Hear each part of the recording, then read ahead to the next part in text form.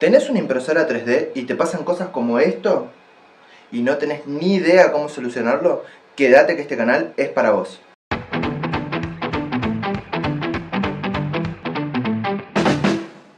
Buenas a todos, ¿cómo están? Me presento, soy Juan, trabajo en impresión 3D hace unos cuantos años. Este último año empecé a trabajar con los amigos de Kraken STL como técnico oficial de sus máquinas en las oficinas y también como asistencia técnica en su comunidad de Discord. Yo tenía experiencia ya reparando máquinas, estas que tengo acá atrás me sacaron más de una cana verde, y todo este tiempo trabajando en eso me hizo dar cuenta de una cosa: hay muchas personas con impresoras 3D con fallas paradas por culpa de cosas que no saben resolver. Y es normal, porque no hay demasiado contenido para gente que recién arranca de impresoras, sobre todo en la parte de diagnóstico y reparación. Entonces se me ocurrió como idea hacer este canal, Dr. Maker. ¿Para qué? Bueno, para crear el primer curso de diagnóstico y reparación de impresoras 3D desde cero y totalmente gratis. Como primer capítulo, ¿cuáles son las partes de una impresora 3D? Y sí, capaz que para la gente que ya tiene una impresora 3D es demasiado básico, pero yo estoy partiendo desde cero absoluto de la gente que inclusive hasta ni sabe qué es el 3D. Bueno, puede llegar a aprender a usar las máquinas, a diagnosticarlas, a repararlas y a mejorarlas con este canal. Así que vamos para adelante. Vamos a ir en orden siguiendo el camino del filamento. Pero pará, ¿qué es el filamento? El filamento es esto: son bobinas, la mayoría vienen de 1 kilo, con un hilo de plástico que es básicamente con lo que vamos a alimentar a nuestras impresoras. Ojo, estas impresoras de las que estoy hablando son las FDM. Después hay otras como impresoras de resina, impresoras de metal, impresoras de un montón de cosas en las cuales no vamos a tocar en este canal. ¿Por qué? Porque básicamente yo me especializo en FDM. No les voy a hablar de algo que yo no sé. Pero bueno, ¿dónde van estas bobinas? Cada máquina tiene un lugar específico donde ponerlas. En mi caso, las BQB1 están en la parte superior, pero hay máquinas que los podés poner en la parte inferior derecha, en la inferior izquierda, hay algunas que lo ponen directamente arriba en el medio. Depende de cada máquina.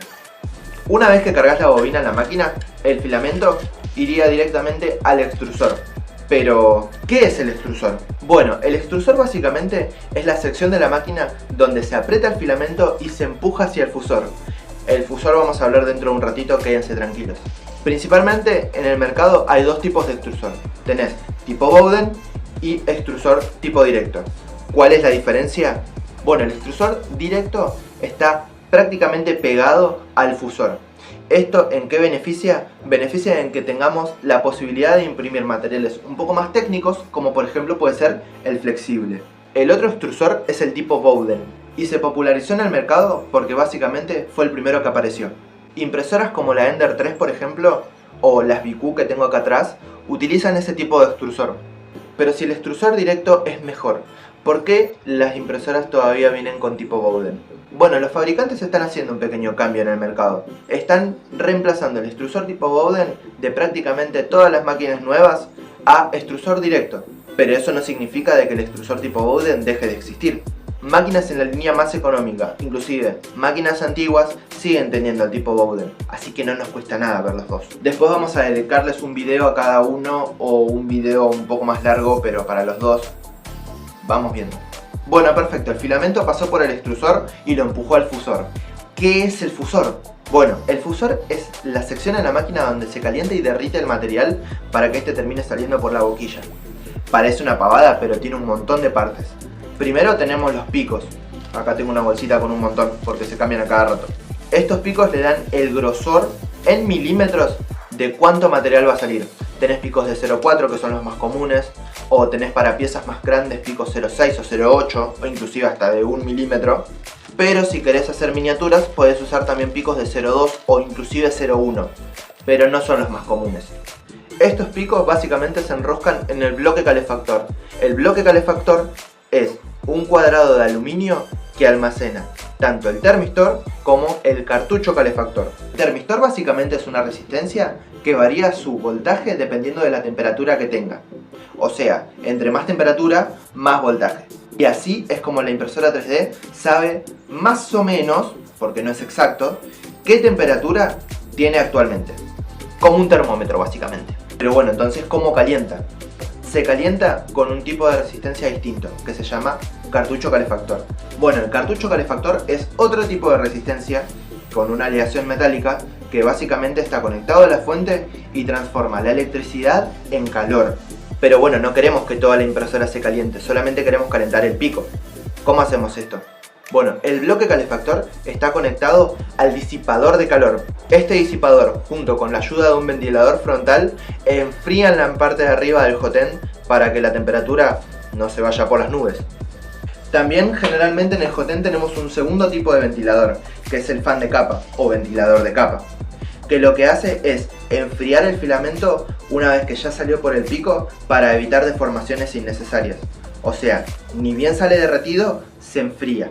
Esto mejora un montón de cosas, como por ejemplo la adherencia de capa, los hilos. Después lo vamos a ir viendo en cada video. Bueno, perfecto, entonces el material ya está saliendo, pero ¿a dónde va? A la cama. Esta cama básicamente es en donde se deposita el material. Tenemos un montón de tipos de cama. Esta particularmente ya está hecha pelota porque la uso constantemente para trabajar, tiene más de 3 años. Tiene que estar perfectamente nivelada para que el filamento no tenga variaciones de grosor. ¿Por qué? Porque básicamente o se despega o se tapa la máquina. ¿Cómo se nivela? Después voy a hacer un video en específico, pero hay máquinas que tienen nivelación manual, que en la parte de abajo tienen unas tuerquitas, o hay máquinas que inclusive ya tienen nivelación automática, lo cual es un golazo, pero hay que estar revisándolo manualmente también por las dudas. Los que tienen nivelación automática saben lo que hablo. Así que bueno, buenísimo, ya tenemos prácticamente toda la máquina explicada. ¿Qué nos falta? La electrónica. Esto es para mí lo más clave que van a ver en el curso. Voy a tratar de explicar los contenidos de la electrónica de forma de que cualquier persona que no sepa nada de electrónica pueda llegar a resolver problemas que puedan surgir ahí. Por ejemplo, cambiar un driver o cambiar un fusible. No se asusten que vamos a ir muy de a poco, así que nada, que lo sepan. La electrónica básicamente es el cerebro de la máquina.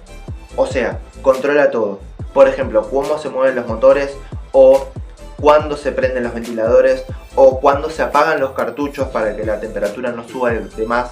Errores en la electrónica son de los más complicados de diagnosticar y a su vez de reparar en lo que es impresión 3D, porque después la mayoría es bastante modular, es reemplazar el componente fallido y ya está. Quédense tranquilos que voy a tratar de que la curva de aprendizaje sea lo más llana posible para que personas que no hayan tocado electrónica en su vida puedan reparar también muchos de los problemas que suelen pasar en la impresora. Como por ejemplo reemplazar un fusible o reemplazar un driver, o inclusive reinstalar el firmware. Ok, ¿qué es un firmware? Básicamente es el sistema operativo de la impresora. Es como decirte qué tiene la impresora, Windows 10 o Linux. Pero bueno, ya eso nos estamos yendo por las ramas. Bueno, ya vimos el extrusor, el fusor, la electrónica. ¿Qué nos queda? Parte mecánica.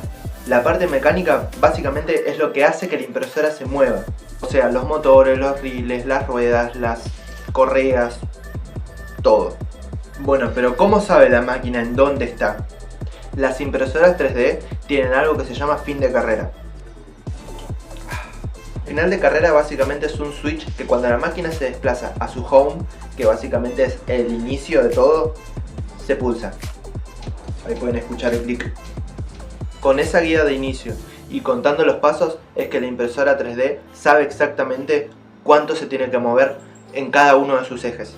En la impresora que tengo acá tenés el eje X, el eje Y y el eje Z, que es la altura. ¿Cómo se mueven el eje X y el eje Y? Bueno, no en todas las máquinas se mueven igual.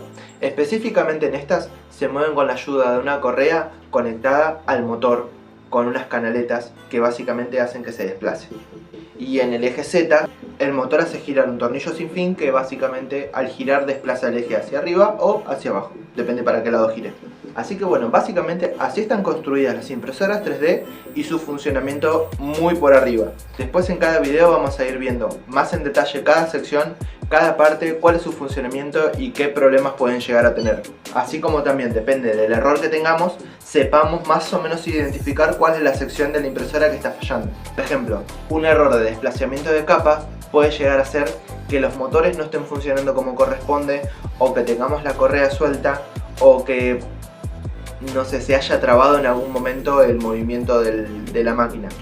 Todo esto ya sabemos que está orientado en la sección de mecánica. no vamos a estar revisando, no sé, por ejemplo la extrusión, siendo que no tiene nada que ver. Espero que les haya gustado el video, compartan a todas las personas que conozcan que tengan una impresora 3D y que les interese saber repararlas. Voy a estar leyendo todos los comentarios, así que si tienen un error en su impresora que no sepan resolver, pueden dejarlo ahí y yo voy a ver si puedo crear un video en base a ese problema. Y recuerden, si tienen una falla, no lo vean como eso, sino una oportunidad de aprender. Chao.